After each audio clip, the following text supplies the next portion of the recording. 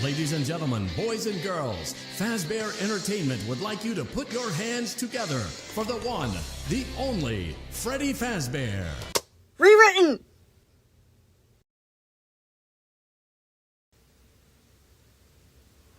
As he entered Chica's attraction, a wave of nauseating smells washed over him. From the first whiff, he recognized food and breathed deeper, only to be choked by an awful lungful of vaporized garbage. The part that made it revolting wasn't that it was just bad. It was that the stink was mixed in with the smell of normal food. The aroma of cupcakes and icing and freshly baked pizza was dirtied and smothered by mold and grease and burned bread, the unholy combination of the two sides making his throat squeeze tight as he tried not to puke. His eyes watered as he took a glance around, trying to figure out what he was looking at. He could hardly see anything in here, like every other part of this mall. The space was so large, only a few meters of it was visible away from the door, most of it hidden behind a haze of pitch black. Rows and rows of benches and tables were laid out in front of him, all covered in rippling tablecloths, the sheer numbers of them disappearing into the abyss. In the middle of the room squatted Chica's kitchen, blocking much more of the tables from view. The door was pale, made in the image of a cracked egg, the circular windows on the flapping doors blacked out.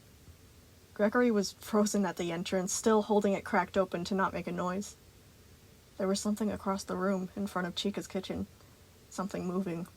It was as large as Freddy, faced away from him, bent over. It was Chica. Her golden plating outlined her round figure, her forearms covered by feathery arm warmers, the pastel pinks and teals of her paint completely ruined by the doled-out shadows that choked the expansive room. The pale animatronic was kneeled in the corner, a trash bin dumped over and spilling its contents onto the floor. And, according to the squelching noises, she was eating everything that she could find in the pile, whether it was food or not. It's okay, she kept on whispering between bites. We're okay, everything's fine. His fingers slipped, letting the door swing shut behind him. It was loud enough to echo. Chica's head shot up with a, "Huh?" Every nerve electrified, he dove for the nearest table. He huddled there beneath the tablecloth, the edges of the colorful paper too short to fully hide him from view. He wasn't even sure why he was hiding. He just knew that he didn't want to get caught by her. "Who's there?" Chica called. Gregory stayed frozen where he was, staring up at the bottom side of the table. Don't move. A pause. He could hear the sounds of the air conditioning humming back on. And then the sounds of chewing continued. When Gregory was absolutely certain that it was safe, he slowly crawled out from under the tablecloth, sneaking a peek over the edge. Still there.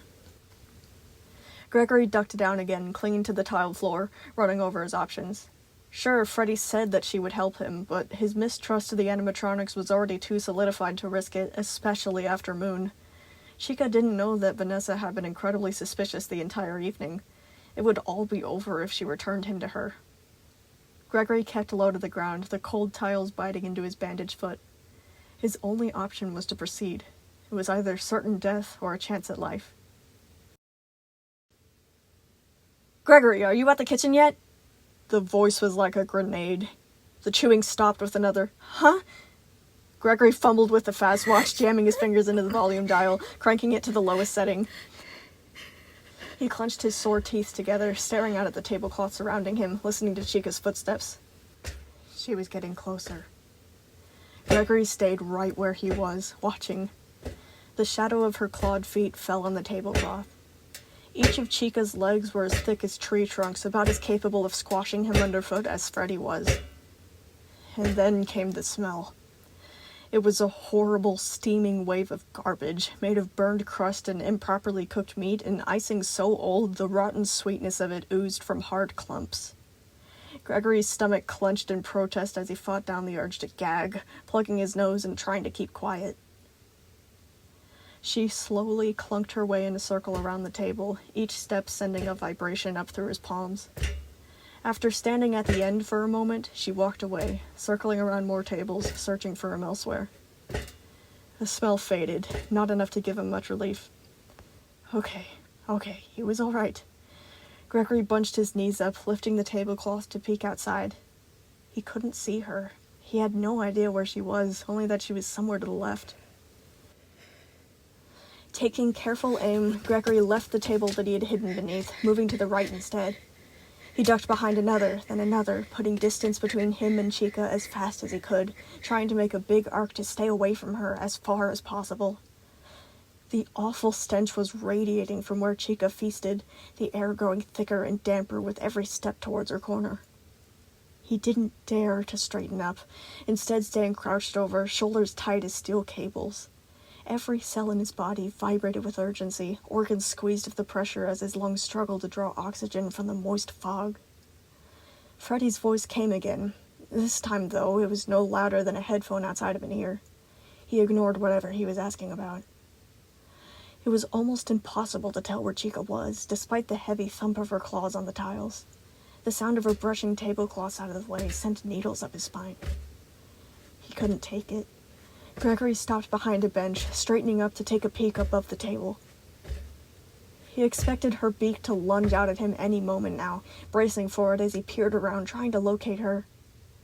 He smelled her before he saw her, his head snapping around, holding back a gasp. She was leaning over one of the benches, orange eyes glowing like candles in the dark. He ducked down again, heart fluttering in his ribcage like a trapped bird.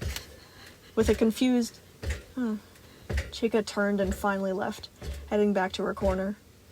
He strained his ears, the sound of her chewing churning back into motion. He was far out in the vast party room area, much farther from the kitchen than he had been originally. Placing each foot down lightly, Gregory snuck back around towards the kitchen's double doors, limbs twitching with repressed fear. He was bending over so far that his back was beginning to hurt, his neck sore from how many times he had poked up to check on Chica. He could hardly breathe with the stench of the spilled, mixed-matched garbage that she had trumped over, the abominable cloud scorching his throat with every breath he dared to take, letting the sticky goo seep into his bloodstream. His stomach was starting to hurt really bad. He ducked from one hiding place to another, each movement that he made sending spiders crawling up and down his neck. His eyes stung from unreleased tears, lungs shuddering for breath. But he stayed quiet. He was good at that. It hurt to keep it all locked inside, but he could keep on going.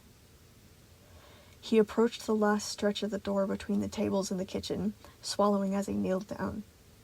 Chica was only meters away, still shoveling trash into her mouth, just out of sight. He took in several shallow breaths of the stinking air, pushing everything down, out of the way. Focus, he told himself. Stay quiet. Gregory readied himself, gathering all of the courage that he could muster. He leaned out, looking at Chica's back. He took a step out from behind the table, with the bandaged foot. She didn't react. He took another step, another and another, now out in the open, tiny bits of pain prickling from the injuries. The shadows crept up behind him as he put his hands on the kitchen doors, head spinning dizzily from lack of air. He leaned back and bashed his way through the doors, letting them swing shut behind him as the kitchen's darkness devoured him whole. Gregory ran into something immediately. Chica squawked in confusion from outside, her metal feet scraping on the tiles. Gregory caught vague glimpses of kitchen appliances, registering the island in the middle, the one that he had run into. There were handles on the sides of the island. He saw handles. Gregory ripped open the cabinets and jumped into the island's center, knocking over several hard cleaning products. The stench of chemicals shoved its way into his nostrils, mercifully overtaking the garbage stench. The kitchen doors burst open just as he shut the cabinet behind him, cutting off all the light. Gregory clamped one hand over his mouth like before, the other on the cabinet door to hold it closed. His throat began to itch and throb with his heartbeat, begging for him to do something, anything except hide here. Stay quiet, don't breathe, don't move, don't cry. All he could see was the thin outline tracing through the cabinet's door, a gray light filtering through. Chica's silhouette obstructed it as she began to move around, footsteps clunking and powerful.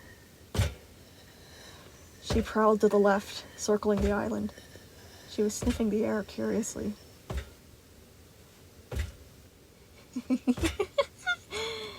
"Come on out, little sweetie," Chica whispered, her voice so sugary it could cause cavities. "I'm so hungry." That statement itself was enough to make nausea boil deep in his insides. Freddy was either a liar or an idiot.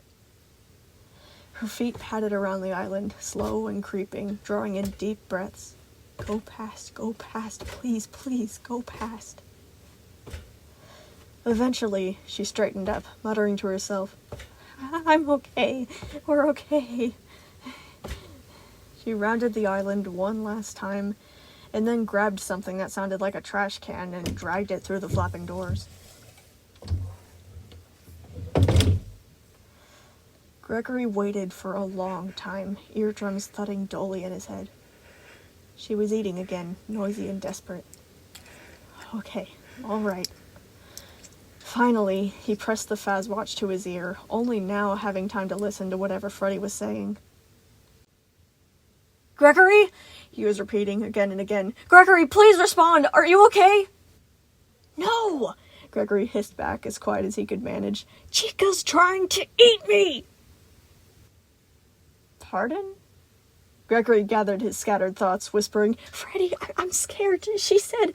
Don't panic, Freddy interrupted, voice way too calm for the situation. I'm sure that Chica won't eat you. It's strictly against her programming to hurt children.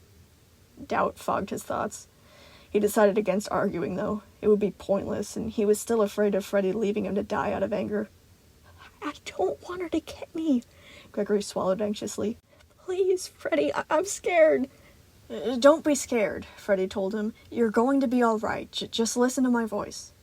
Gregory scrunched his eyes shut, trying to get a hold of his breathing. You can do this, Freddy said, voice trying to be reassuring again. You just have to do a few things, and then you can leave. You just need to wash the dishes and make a pizza. That's all.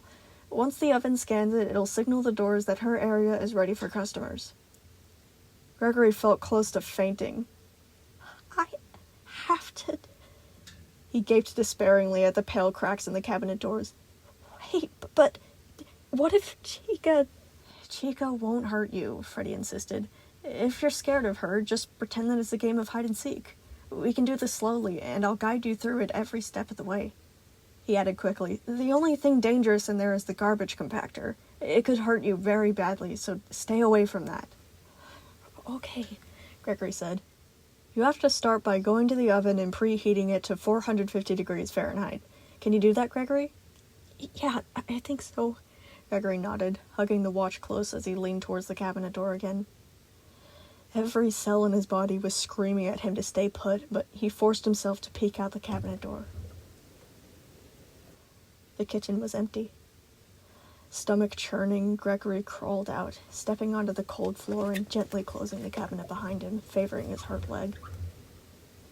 He straightened up, looking to the kitchen doors and then pivoting around, turning on the Fazwatch's light to get a look at what he was working with. The small cone of light casted several glinting surfaces back at him, shadows darting in and out of the bright beam. The main kitchen was very large, a hall leading further into the building where smaller kitchens were lined up, probably used to make lesser foods. Chica's kitchen, however, was where the main cakes and pizzas were prepared. His gaze swept over several stations where food would be cooked. Each station had a board surrounded by cups full of toppings, beside fast-bake ovens that hummed in the dark with a golden light. Sure enough, near the back corner was a set of spiraling stairs, several bright red warning signs labeling it as a place to keep away from. A dangerous hum radiated from it, sending an unnatural tremor up through his gut. The trash compactor. Putting that information away for later, Gregory approached one of the kitchen sets, squinting to make out the numbers and letters displayed on the buttons. He found the right ones, letting the oven click on and begin to warm up. The inside of it lit up with an orange light, a quiet humming starting up. Was that too loud? He waited, listening. Chica didn't seem to notice. I did it. Good, you're doing great, Freddy replied. Now go to the dishwasher. Gregory glanced around, the Fazwatch's light showing the way. The dishwasher squatted against the far wall, closed and quiet for now, its metal outside winking at him in the light. Above it stood towers of dirty dishes, perilously stacked and oozing with trashy bits of food. It stank, even from where Gregory was. Does the dishwasher make noise? Gregory asked at a whisper. Yes, Freddy replied. He was dead. He was so dead. Don't worry, Freddy caught on. Chica won't hurt you. It's just a game of hide-and-seek. Yeah, right. he agreed feebly. Shaking already, Gregory approached the dishwasher, putting his hand on the door. He glanced back at the 2 circles of dim light coming from the flapping doors of the kitchen, chewing on his lip. Chica was still munching away. Gregory took several deep breaths, shifting his weight around to ready himself. All right, he could do this. Maybe. He pulled the dishwasher open. The thing squeaked as it opened, the racks rattling as they extended. He fought down a yell, flicking the light of the Fazwatch off, his ears strained. Chica didn't stop chewing. You don't have to put every dish in there, Freddy was explaining whenever he pressed his wrist to his ear again. Just one for each section. A bowl, a plate, utensils, and a serving tray. Okay, Gregory whispered, turning his attention to the sink. It was piled high with dirty dishes, disturbing the kitchen's aroma with its reeking smell. Only a few cleaned ones were stacked on the other side, like someone had begun the process of washing them and then got distracted, probably causing a lot of the growing stink in here. Gregory couldn't quite reach the sink, even on tiptoes. He casted the Fazwatch light around, finding no convenient stools. Instead, Gregory found a blank space on the counter, grabbing the edge of his fingers and trying to heft himself up. It was much harder to do than he would have thought. He pulled as hard as he could, his twig-like limbs quivering ridiculously to try and carry his own weight.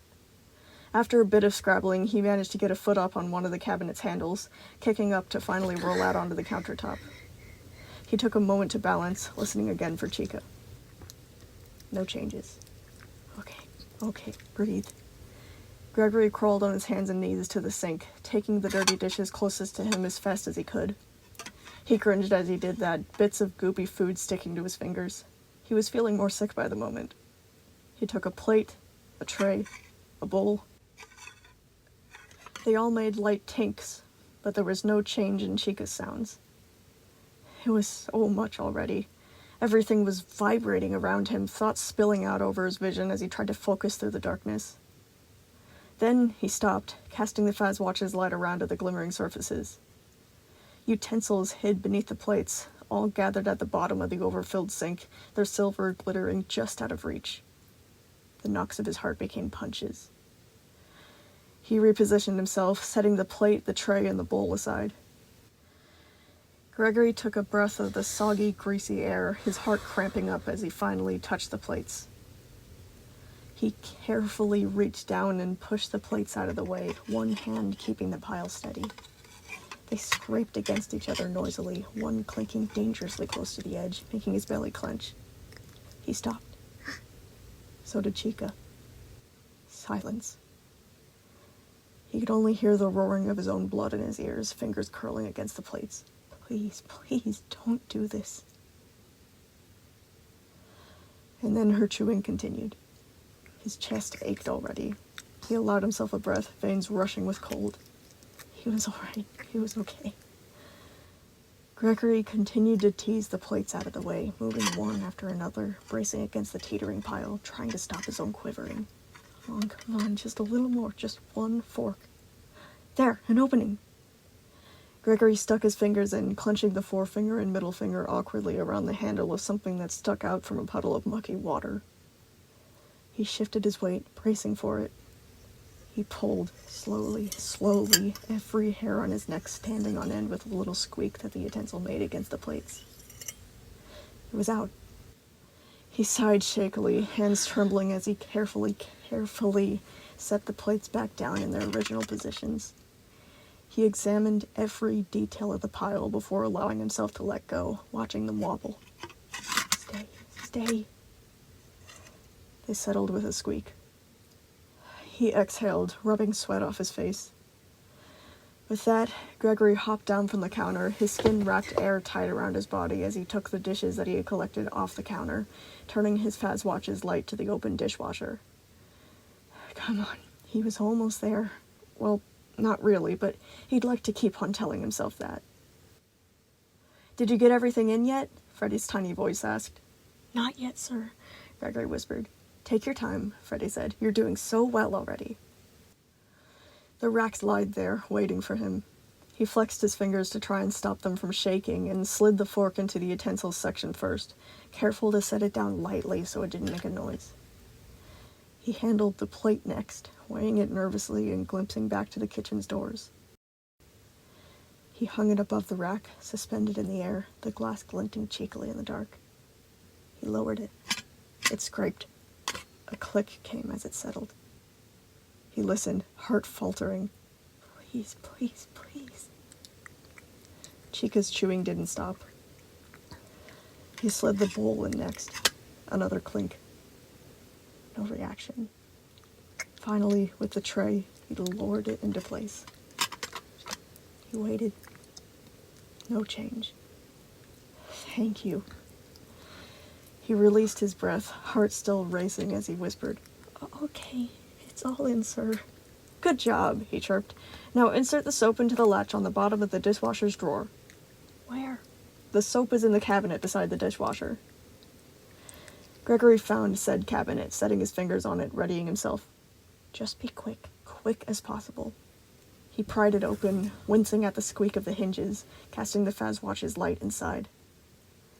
Cleaning products were gathered there, joined by a bucket full of swirling soap pods. Sweat trickled down his back. He plucked the closest one up, slowing to a stop as he approached the dishwasher again. Sickness squeezed his insides tighter.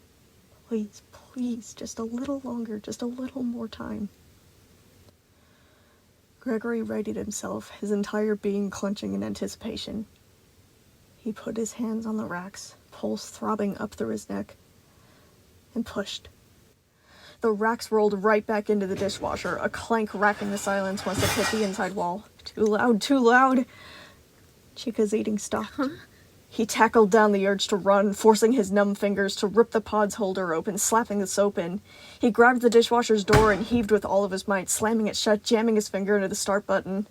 Gregory didn't wait to witness what happened. It didn't matter. He didn't care anymore. He just had to... He turned and dove to the island's cabinets again, pulling the door closed behind him, accidentally smacking the injured foot against something. He bit down on his tongue to stop from reacting just as the kitchen's doors were flung open.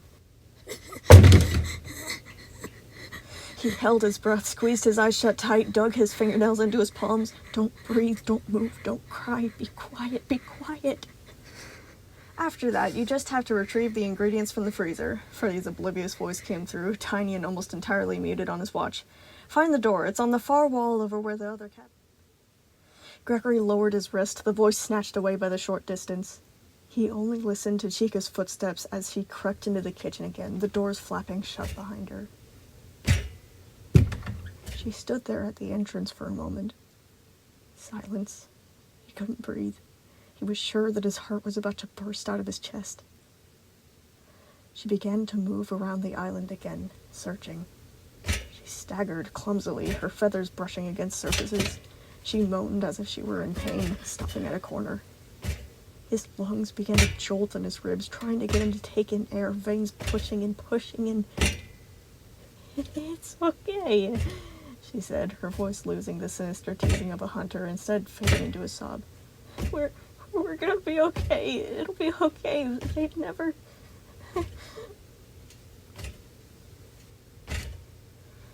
She turned and left. Gregory opened his mouth and exhaled as slow as he could manage, taking in several gulping breaths, trying to clear away the dizziness. It was all right. He was still alive. When it felt safe, he pressed the watch to his ear again to pick up on what Freddy had been saying. Freddy had been listing off instructions that whole time, now getting to... You have to make sure to put on oven mitts so as not to burn your... Sir? I'm sorry, but could you repeat all that? Gregory interrupted, fiddling with the bandages. Freddy stopped. Did something happen? Well... Gregory stopped himself, then shortened it to... No, I just wasn't paying attention. I'm sorry, sir. Freddy sighed and then said, That's okay, Gregory, just listen this time, please. Gregory uncurled himself from the tiny cabinets, neck aching from being bent down so much, still keeping his stinging foot off the floor. He hated this so much. He kept a wary eye on the kitchen door's oval viewing windows as he pressed the Fazwatch to his ear, listening. There's a freezer on the left wall, Freddy was instructing. You need to retrieve ingredients from there. Can you do that? Gregory casted the light around, finding what he meant. A large metal door took up the left wall, featureless. He approached it, touching the big handle, but he stopped. Is the freezer loud? Gregory whispered. I don't know, Freddy admitted. I haven't been in there in a long time. Stomach full of maggots, Gregory gathered himself, eyes on the kitchen viewing windows. Just one quick pull. He cranked the handle and yanked. At first, it didn't budge. He readjusted himself, trying not to put weight on the cut toes as he pulled again. On the third tug, the freezer cracked open with a soft hiss, cold air washing over him in a chilling river. Goosebumps spread over his skin like a colony of ants. He listened, prayed. Chica didn't stop eating. Gregory sneaked the door open a crack, only as large as he needed. He slipped through the narrow entrance, careful not to bump the walls, rounding the Fazwatch's light onto the contents. Clouds of cold mist hung thick in the air, blocking most of the beam from getting too far, little particles flickering in and out in a white cone before him. Dark forms lined the walls, encased in ice. Racks hung above his head, carefully wrapped packages of food sorted by type surrounding him. There were things for birthday cakes, ice cream, cookies, pizza, spaghetti, burgers, hot dogs, pretty much anything a kid could want, it seemed. A flicker of jealousy rippled through the tension. The pizza will be the fastest, Freddy told him as he headed along the icy figures. Just get to the dough, the sauce, and the cheese. The pizza section was at the back, different types of dough or crust stacked up beside refills for toppings, all ready for him. He took a tray with the doughy crust already laid out, as well as a can of sauce and cheese, as Freddy had instructed. The ingredients were all hard and coated with ice, chilling him to the bone. He'd only been in here a few minutes, and he already wanted to escape the cold before it got any deeper. After that, he snuck back to the open doors of the freezer, realizing that he would have to open it wider to get the trays he was holding through. Oh, no, no, no, no. He nudged the door farther open. The hinges squealed again. Chica's chewing stopped. No, she stopped. Panic impaled him. Gregory immediately drew back from the door, kicking it closed with a rush of cold air. A bolt of pain sent up his hurt toes. White clouds swirled around him long after the door had closed. So cold, as he listened. Shivering violently, Gregory listened as Chica entered the kitchen again. He tried to take slow breaths of the freezing air, the temperature cutting down to his lungs. He clenched his chattering teeth shut, flexing his fingers to keep feeling in them. Chica's footsteps wandered the kitchen, clanking up right in front of the freezer. She stayed there, right there. He shivered and shook and prayed. He swore he could hear her weeping. Then she gave up. The moment that she left, Gregory pulled at the door, relieved that it opened for him from the inside. Stepping out with the chosen ingredients, he carefully shut it behind him, repressing the uncontrollable trembling that had taken over his body. He had to keep the sickening fear down just a little longer. Stay quiet, he begged to himself. Stay quiet, we're almost there. He managed to reach up and place the ingredients on the counter, following them by doing the same struggled climbing maneuver as before.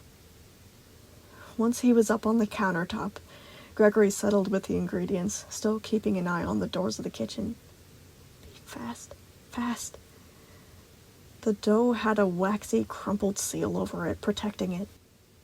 Gregory began to unwrap it as cautiously as he could, each pinch of the cold paper causing a crinkling sound. He hated it. He wanted to yell at the stupid paper, trying his best to fumble with the sticky tape holding it closed. This stupid wrapper was about to get him killed. After all this stupid piece of plastic had the audacity to risk his life like this dumb, idiotic... His fingernails finally caught onto an edge. He stopped, listening for Chica.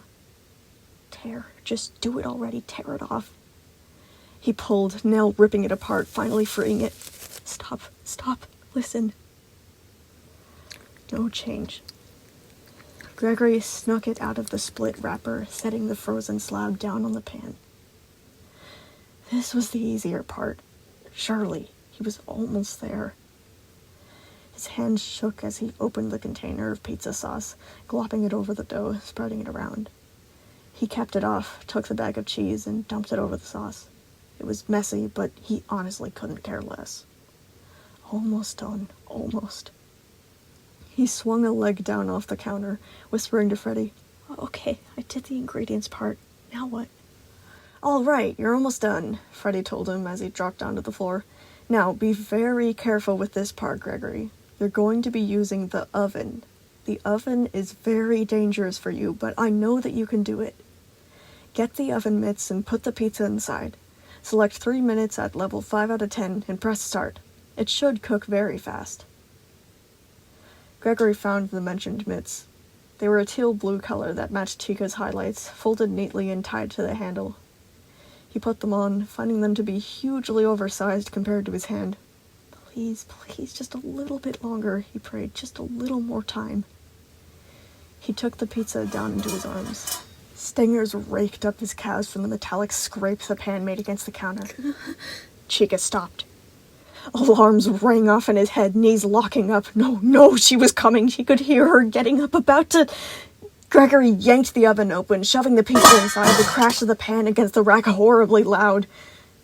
Gregory found the little glowing keypad and jammed the right options in. 3 minutes, level 5 out of 10. Start. Run. Gregory whipped around, grabbed the handle of the island's cabinets, and dove into the darkness along with the cleaning products, hiding, choking himself, trying not to... The kitchen doors burst open. He gulped down chemical-smelling air, cold metal cylinders clattered all over his sides from the clumsy entrance. He still had the mitts on, but he didn't think that he'd be able to take the huge things off without making a racket in here. His head shot up, watching the thin lines of light on the edge of the cabinet doors. Chica's shadow was standing there, blocking it. He clamped his mitt-covered hands over his mouth, crushing his throat closed, biting down so hard on his tongue that it started to bleed. Stay quiet, please, please. He had nowhere to go if she had seen him. A whimper escaped. Gregory quivered, biting down on his poor tongue harder, tears beginning to fill his eyes and escape down his cheeks, the mitts suffocating him. He couldn't do this. It was too much. He couldn't. Chica's footsteps clanked in a circle, slow and unsteady. She walked all the way around the island and approached the oven. There she stopped, staring. The reeking stench of the garbage seeped in through the cracks in the cabinet, muddled with combinations of overcooked meat and flat soda and rotting bacteria. It was awful, just awful. He was going to be sick. Silence. Unbearable silence. The oven's timer ticked on. "Please," he begged in his head. "Please hurry, please, please." His heart kicked against his lungs harder and harder, squeezing his ribcage until he was sure it would crack right open. He couldn't take this. He couldn't. He wanted to scream and scream and scream forever, to get up and run, even if it meant that he would get caught. He just wanted it all to stop. The oven's timer ticked, ticked, ticked. It lasted for so long, so...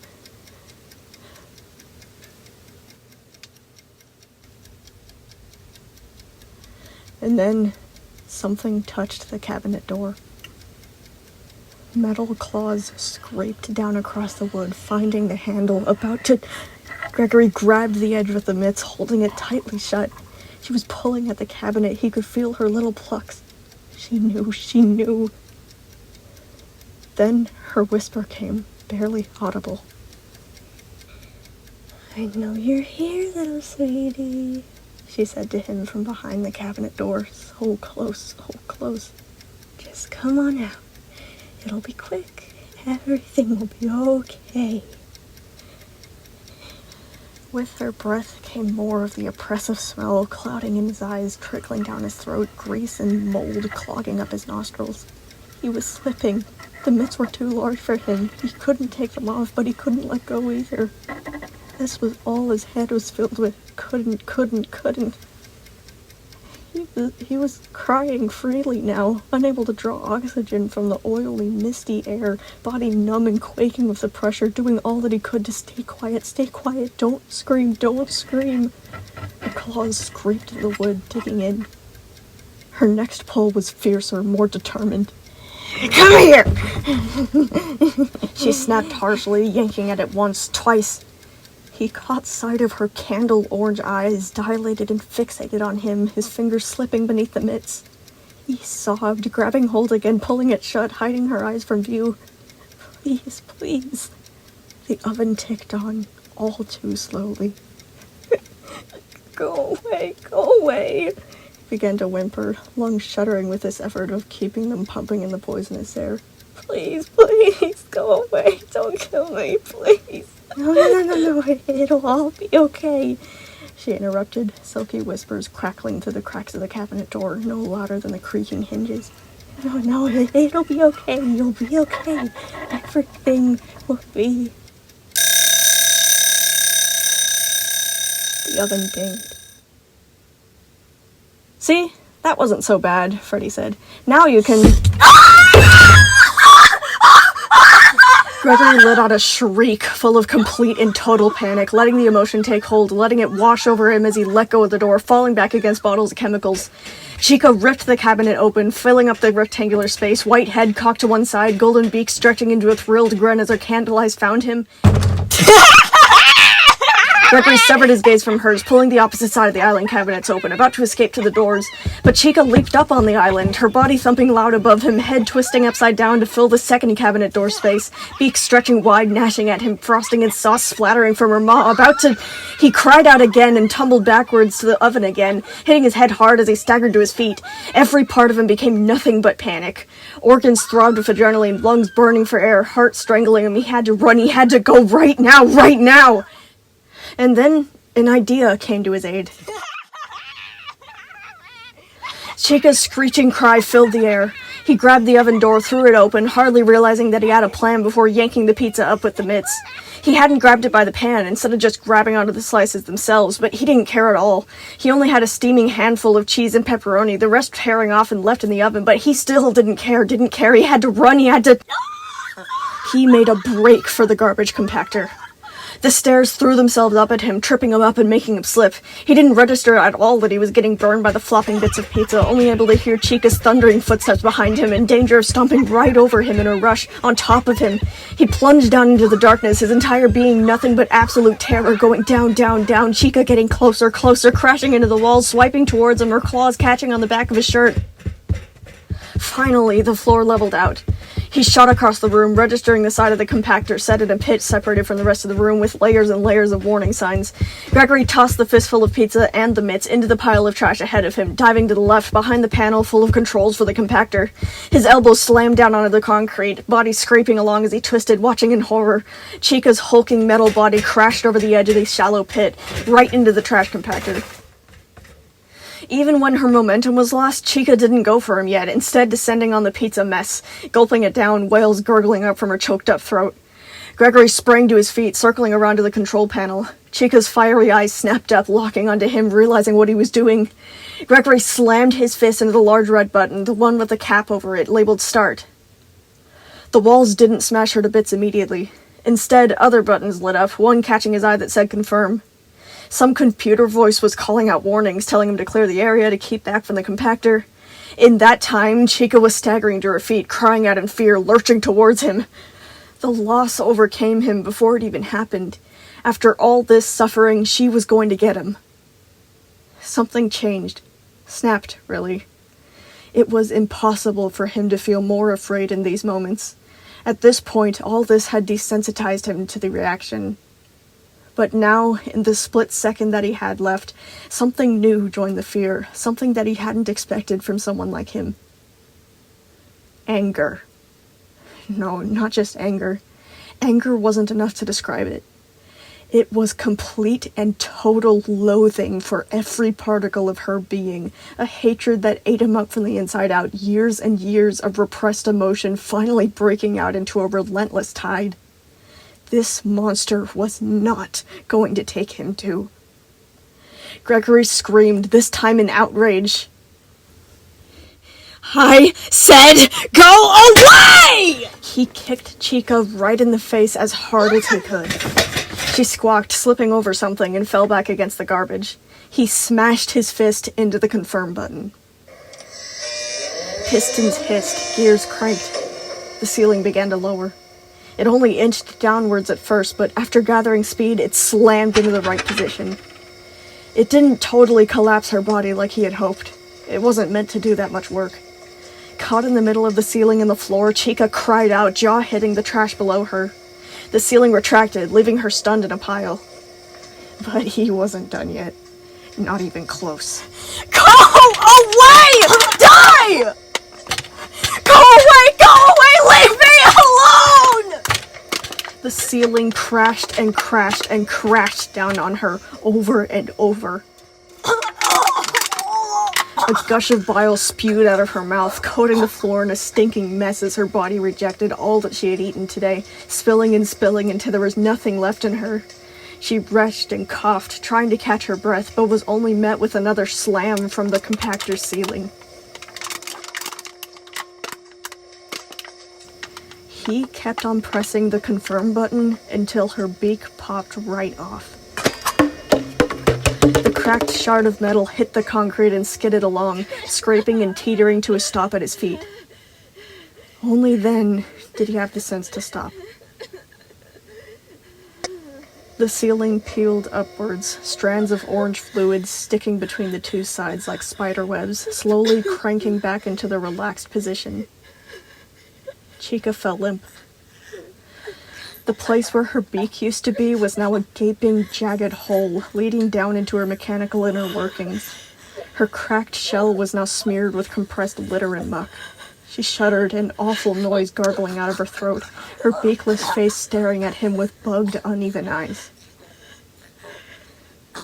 And finally, eyes going dark, she powered down into stillness.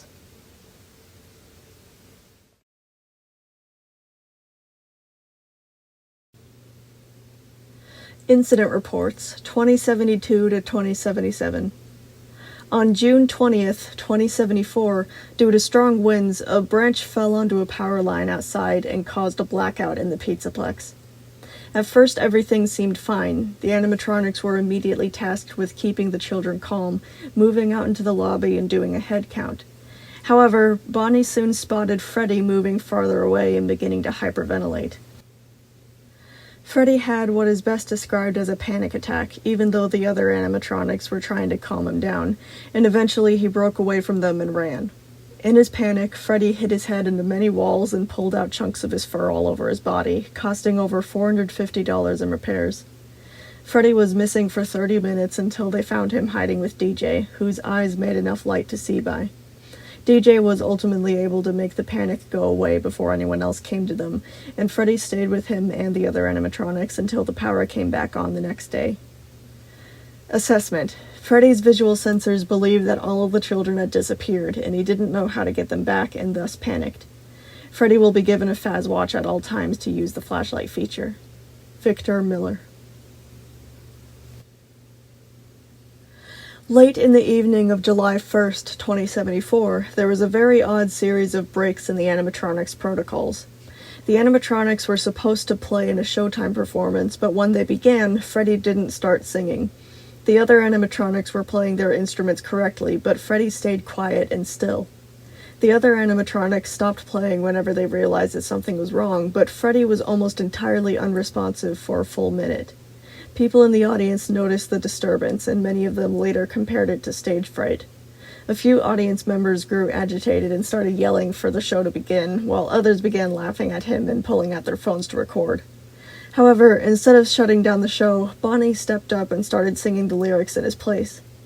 Bonnie's voice isn't tuned to be able to sing, but he did it anyway, which made Freddy start laughing, seeming to break whatever trance he was in. They sang the rest of the show together, and though it was off-key and filled with the suppressed laughter from the animatronics, the entire band seemed to enjoy it just as much as a well-run show. This obviously led to a mixed reaction from the audience. Some people left, other people complained, but most were very amused. Freddie and Bonnie were examined later, but there were no bugs found in their code that would have led to this.